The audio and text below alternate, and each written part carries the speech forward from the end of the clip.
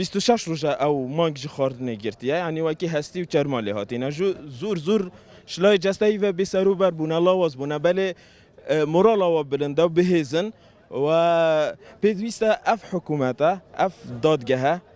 سرور یا خوار گریتن و چه دستین سیاسی و حزبی الپشت في دادگاه نبن داب کو یاسا کاری خوب بکتن اف والاتا ویران بو جبو چه جکو یاسا سرورنینه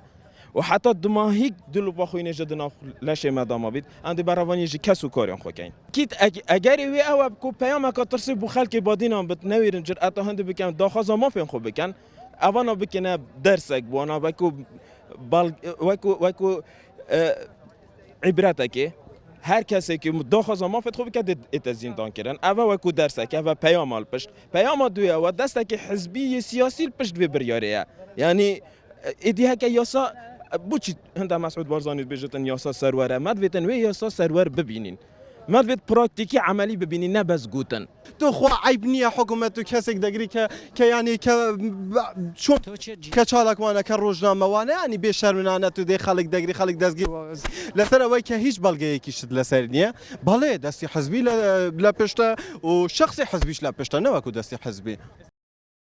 روشیان زور خراب حساب که کابرایی که 8 کیلو حسابو 40 کیلو دا بزیوه دەسەڵاتی کوردی ئەوەندەی لە چالاکان ڕۆژەمانووسانی بادینیان دەترسێ ئەوەندە لە دژمنەکانی کورد ناترسێ لەبەر بەتەکید هۆکارەکەش سیاسیە